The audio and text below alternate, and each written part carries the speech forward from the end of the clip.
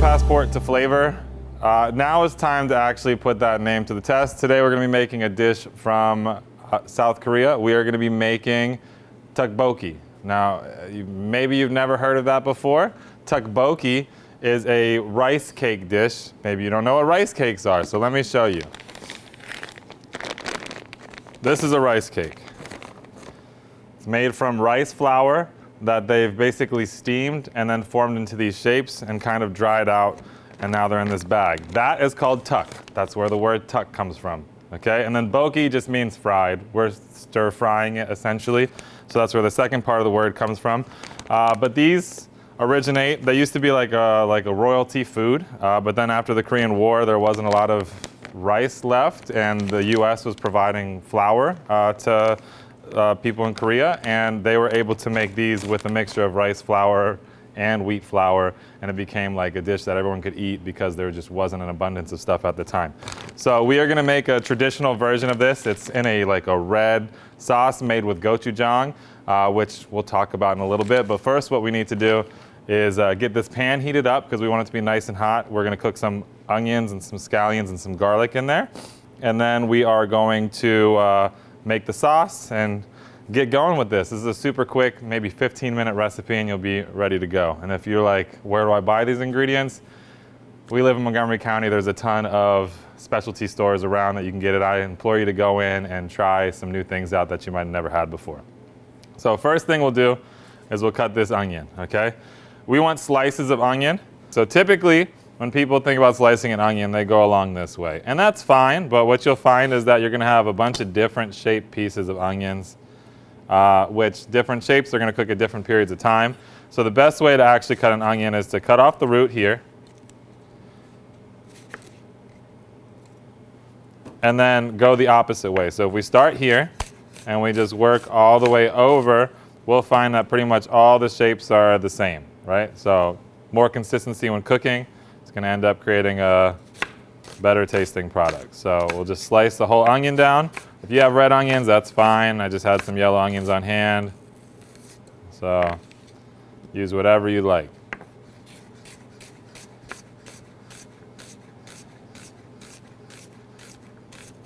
So just slicing down until we have a bunch of little pieces of sliced onions. Next, we're going to take these scallions and we're going to use the white parts, like up to here, for cooking, and then the green parts we're going to use as a garnish on top. So if you never cut a scallion, first thing you want to do is cut off the roots here, and then we're just going to come through really finely slicing these. When I was in culinary school, we had to do an externship. I worked at a restaurant that was like an Asian fusion restaurant in DC. And my first week on the job, I had to, for 8 hours a day, make scallion grass, which was just taking scallions like this and making them look like grass. It was torture, but you know, we made it through. After that week, I got to do more fun things, so that's important. So with the rest of these scallions, we're gonna cut to about like 2 inches down, and this is gonna go into a bowl that we are going to keep for garnish.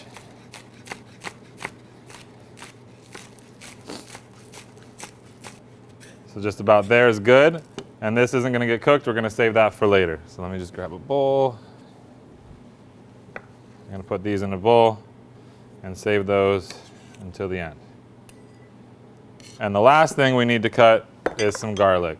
Now the recipe calls for about 8 cloves. It's a rough size, so I just took, these are pretty small. You know, recipes are guidelines. You know how much garlic you like. I like garlic, so we're just gonna use all this and chop it up and mince it nice and fine. I'm feeling the heat, and it's not warm enough yet, so I'm gonna turn up the heat now because we're almost ready to get cooking. So just mincing down this garlic till it's nice and tiny. And then these 3 ingredients are gonna get cooked with some oil in this pan, and we'll start making the sauce. Okay, so garlic, onion, scallions. those are going to go into this pan. To this pan, which is starting to warm up, we are going to add about 2 tablespoons of oil. And I can tell it's not hot enough yet to add the onions, so we're just going to wait a little bit, swirl this oil around. And in the meantime, we can go ahead and have our sauce ready. This is a fast recipe, so you want to make sure that all elements are pretty ready to go before you start like the actual cooking process, because it'd be easy to burn stuff. So to this bowl, we're just going to add a couple of ingredients. The first ingredient, and probably the most important ingredient, is gochujang. Now, I don't expect you to get a tub this big of gochujang. They have smaller ones. But gochujang is like if you've had sriracha before, it's like a thicker paste, more like tomato paste in consistency, a little less spicy, has a sweetness to it, and some earthiness to it that's really nice. So you can find this even at Giant nowadays. They sell them in like bottles as opposed to tubs. We go through a lot here at Paint Branch, so we're gonna be using this today. And we only need a 1/4 cup of this. If you're like averse to spiciness, this isn't that spicy. This is like maybe a little less than a Tabasco level of spice. So don't worry. It looks nice and red, which often dictates spiciness, but in this case, you don't have anything to worry about. I'm gonna scoop this out.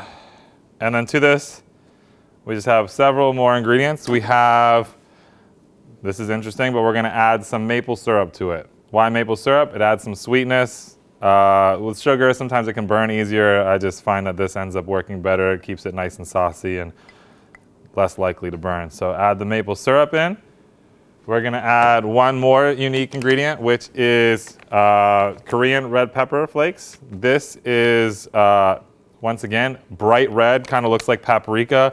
Does not have a ton of spice to it. It is alarmingly red, so you'd be like, oh my gosh, this is gonna be super spicy, but you don't need to worry too much. So there's gonna be 2 tablespoons of this. And then a 1/4 cup of soy sauce. That gets mixed together, and we're ready to get rolling. So I can see that the oil is hot enough now. I'm just gonna mix this together, have it all ready to go, because we're gonna cook these, add the rice cakes, add some vegetable broth, and then it's gonna come together in a matter of minutes. The nice thing about rice cakes is we don't have to boil them beforehand like we have to do with pasta. They're ready to go. So we can just throw them in and get going. Okay, so let's set this to the side. Clean up a little bit. And we're just gonna dump all of these aromatics into this pan. And we're just stirring this around.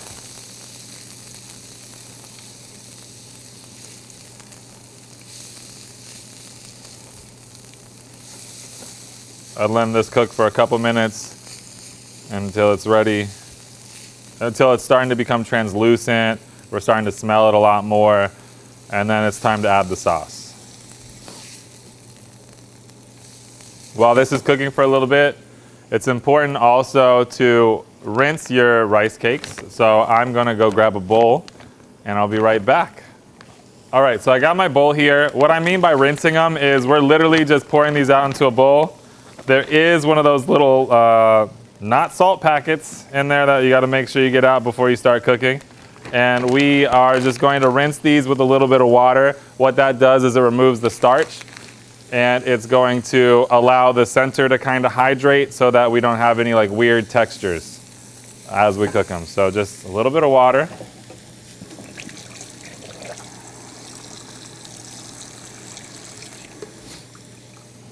We're just gonna let these kind of sit and soak, mix them around a little bit while we're letting this go.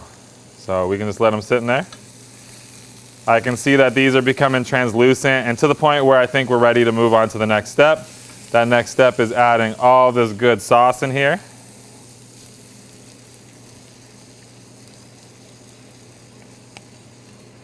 And just letting those flavors meld for a couple seconds. We don't want it to go too long because we want the rice cakes to absorb all that flavor. And we'll just let this come up to a little bit of a simmer, and then we'll add the rice cakes.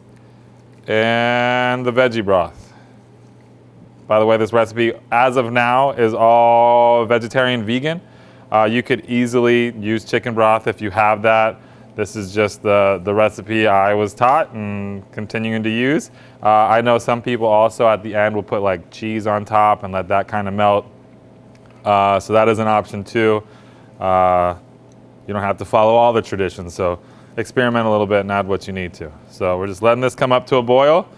I'm gonna add a little pinch of salt and some pepper to it just to get some of those flavors. And I can start to see the bubbles forming, so I'm just gonna come in here, use my hand as a strainer, and add these rice cakes in.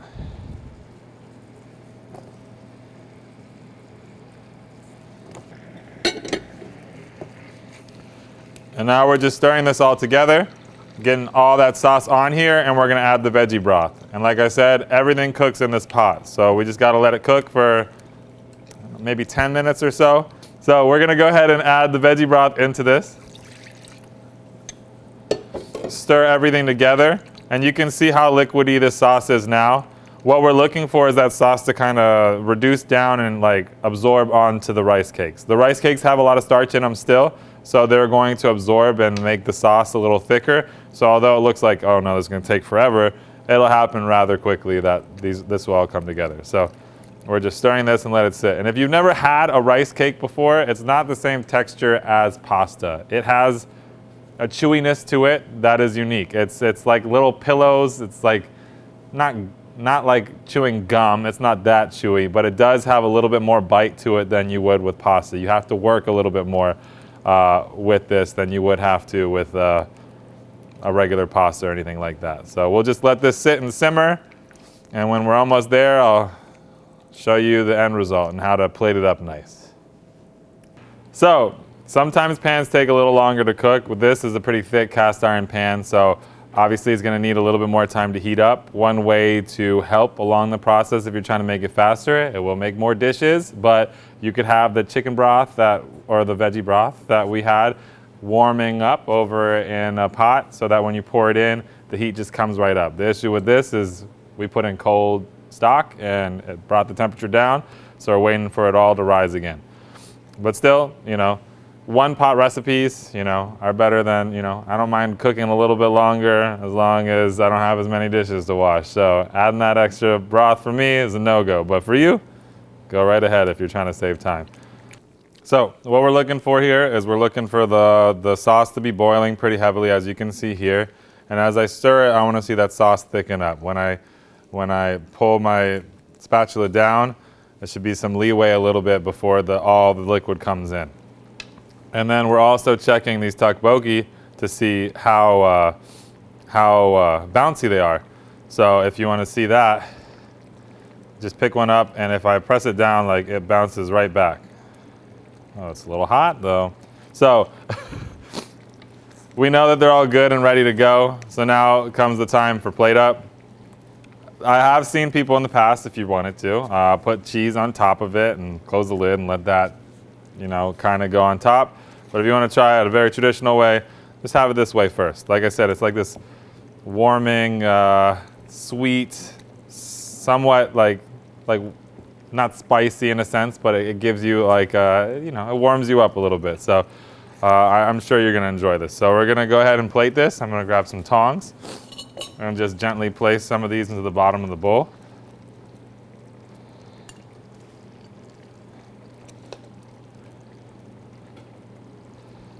We're going to place some tteokbokki in the tuck in the bottom of the bowl, and then we're just going to take a little bit of sauce, a little bit of that onion, and kind of just spoon it over the top to give it a little bit more of the juiciness to it.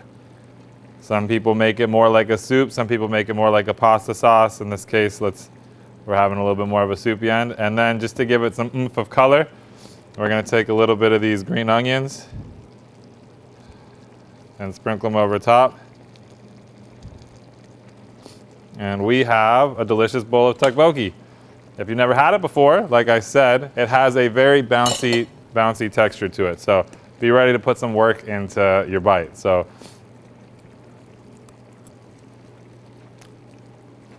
see, it takes a couple more bites than pasta does. But you get some saltiness, you get some earthiness, some sweetness, a little bit of that kick in the back of your tongue, not anything too spicy if you're spice averse.